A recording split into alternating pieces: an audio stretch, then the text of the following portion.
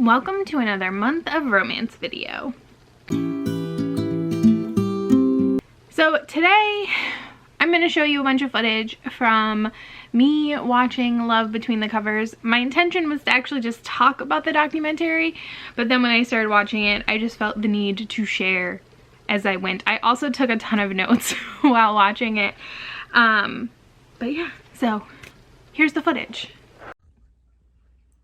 Okay, so I was planning on doing like a discussion video about this, but I think instead I'm gonna like vlog it, and I'm on my camera or my phone, so I have no idea where to look. I feel like I always look to the right, and I like, should I look to the left? But then I can't see myself. I don't know. So I just started Love Between the Covers. I'm like 15 seconds in, and y'all, I think I'm gonna cry. Although I wish I could have bleeding. But the trailer for this movie like gets me super, or this like documentary gets me like super emotional, and just this like little intro bit is making me really emotional. Like oh, that's a J.R. Ward book. That's funny. So like Sarah Wendell just talked, and I think Beverly Jenkins is talking right now, but I haven't seen her, so I'm not 100%, but I'm pretty sure that's her voice. Whereas Sarah Wendell, I know what she looks like, and I know her voice quite well from the podcast. But it just makes me so sad, because like right now they did like a little opening, and this is a story of pride and a story of prejudice, and I think that's so true. And I think this is going to be a positive documentary, obviously, but it just makes me so sad that authors and reviewers, like in the case of Sarah, I mean, she's written a book as well, but I think she would identify more as a reviewer and a reader than an author. They put so much into these books, and people just shit on them. So I don't know. Hopefully I don't cry. It's like 9:30 at night, and I should be going to bed in like 30 minutes, but I have so much to do. So instead, I'm gonna sit here and be bothered by this tooth, and watch this, and hopefully not cry. I don't want to cry. I'll let you know what happens. We'll see. Okay, we're less than 5 minutes in, and I have to comment again. Okay, I mean, this part is in the trailer, I think, too, but two authors who I've never read before, but they talk about how romance keeps the lights on, which is true. Get it, girls. I read an article when I was in college. If I can find it, I will link it below. That because I was in college, I started college in 2007, I graduated in 2011, so I was in college during the Great Recession, and publishing was definitely hit by that, which makes sense. It's discretionary spending, so that's what people tend to cut when they're hurt financially. Am I not? Whatever, sorry if that was tilted funny. But the article I read said that not only did the romance genre not suffer during the Great Recession, but that it like went up in profits, which in my opinion makes sense. That if people are really struggling, if they're having a tough time, that they would turn to something that is positive and hopeful and light and cheap to read. So it totally makes sense to me. But I think it's true that romance helps publishing houses publish their less lucrative pieces of fiction. And Beverly Jenkins, she is just speaking the truth and just said, we're the shit. And you are. my gosh, I love y'all. And they talked to an author. I've never read their books either. But she was a surgeon. I don't know if she still is. And wrote 3 books a year while being a full-time surgeon. What? That's freaking crazy. And then you got people like Nora, who have published like over 200 books at this point, and we've already seen Nora. I don't know if she gets interviewed for this because I know she's very like closed off, but we saw a video of her. Nora, you're a goddess. Okay, I need to go back to this. I'm just like so scared I'm gonna forget things. I'm gonna need to watch this like 5 times. Oh my gosh, I'm so glad it's on Amazon Prime right now. I mean, I would totally buy it, but and I will. I'll see if I can just to support it, even though it's a little old. But and they're at RWA right now for like the B-roll, which is kind of interesting because RWA is going through some real shit right now. But yeah, okay, back to this. Okay, so where are we? Like 12 minutes in. So they just did like, I did start taking notes, but apparently I'm gonna film anyways. So they just talked to Eloisa James for a little bit. Mary Bly is her real name. She is a Shakespeare professor. I believe she still is, as far as I know. I know she at least taught at Fordham. But she said that it's kind of sad. She said her mom was horrified that she always wanted to read and write romance. And her parents were both writers. Her mom wrote, I think she said short stories, and her dad was a poet. And that when she got her first book contract, she had to keep it a secret. The chair of her department knew, but that was like it. And she was asked to be interviewed, and she had to decline because the chair told her she would not get tenure. And that's really sad. It is really great because I know in the last few months she announced that she just sold her first book under her real name, and I know she was really excited about that, and I'm really happy for her that she was able to do that. And Ms. Bev is back on the screen, and she just said something that I think is so true. And she said it's a fantasy, which it is, but she said, but so are all those Arnold Schwarzenegger movies. He doesn't die at the end, and it's true. Like, I mean, I think that like action adventure, they get their own shit too, you know, but I don't think they're treated with the same derision. So also I talk a lot about like unrealistic expectations, and I have a video on that. I don't know if that's coming out before or after this one, but yeah. But the thing with Eloisa James, that's really sad. I don't know if her parents are still alive or not. I hope that they were proud of her, or they are proud of her. Because she's done a lot, and she's written some pretty good books. So, yeah. Okay, let me watch some more.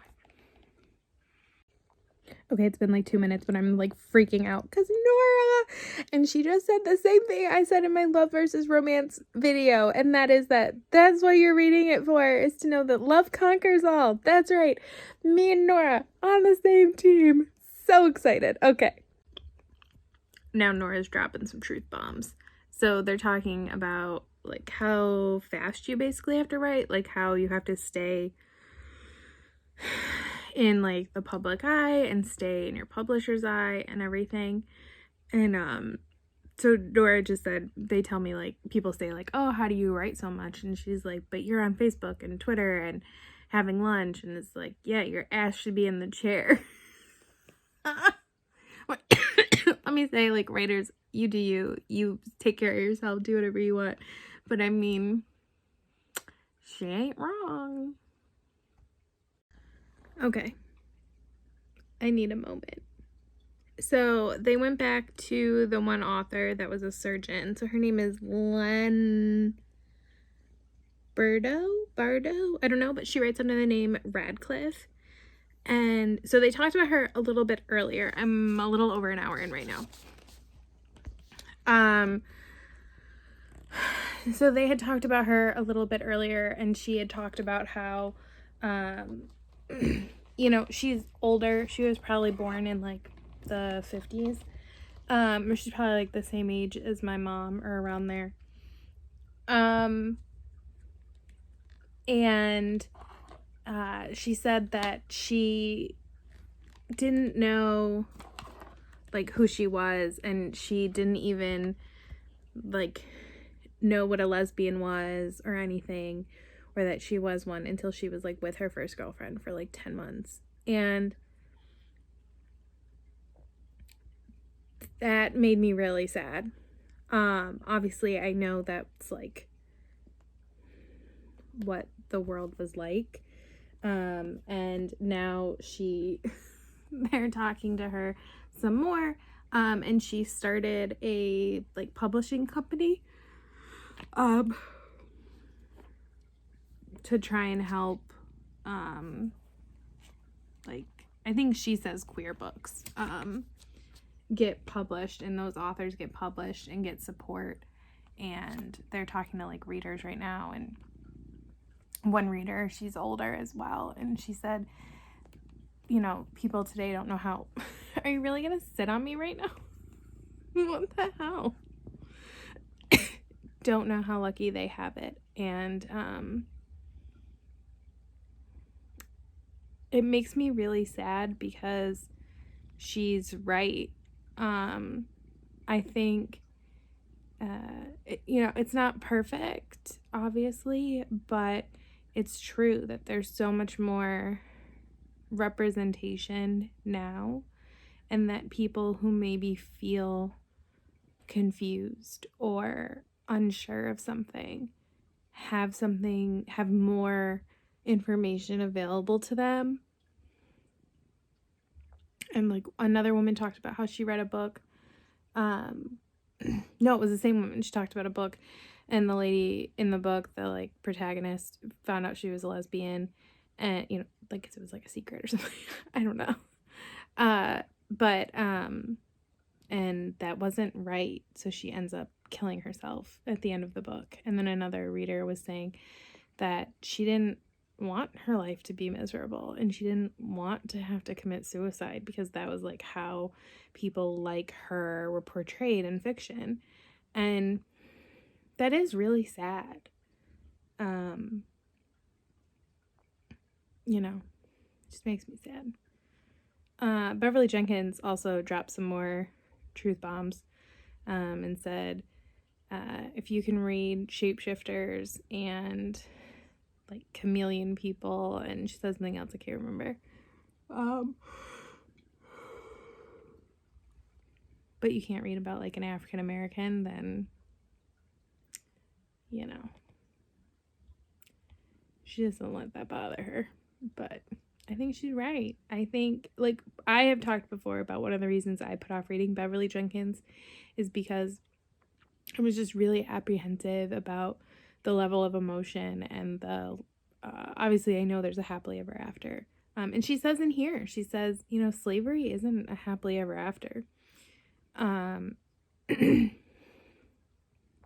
But that time period, and even if this couple ends up together, knowing that the world that they live in is still going to be an awful world, is really hard for me. The one I read, I didn't have a problem with, so I do want to read more by her. But and by problem with, I mean like that wasn't like my concerns were not seen, like didn't happen in that book. Do you know what I mean? Like the things that would potentially make me, I don't want to say uncomfortable, but you know, sometimes there's like too much emotion in a book.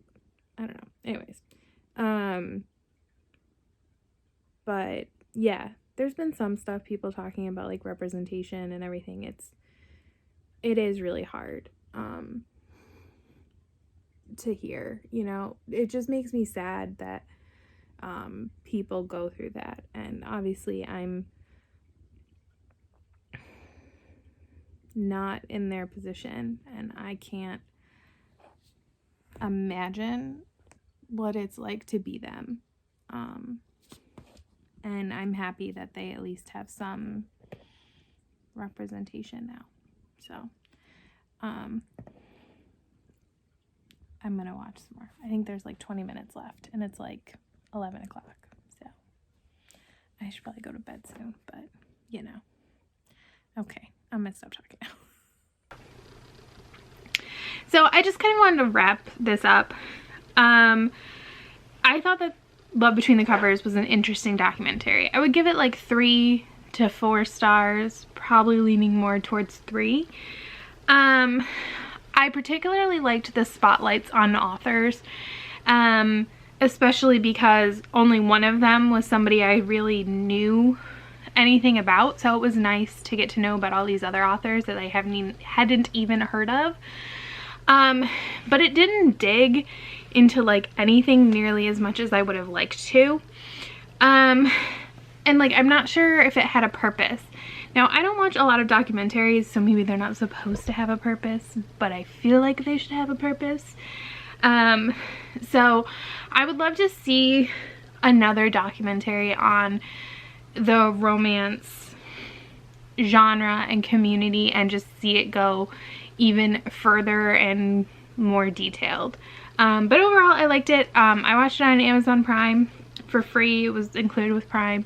So I will link the trailer down below if you want to check out the trailer. And then if you have Prime, you can watch it as well. I definitely don't think it was like a waste of time or anything like that. It was very interesting. So those are my thoughts on Love Between the Covers, and I'll see you tomorrow with another video. Bye!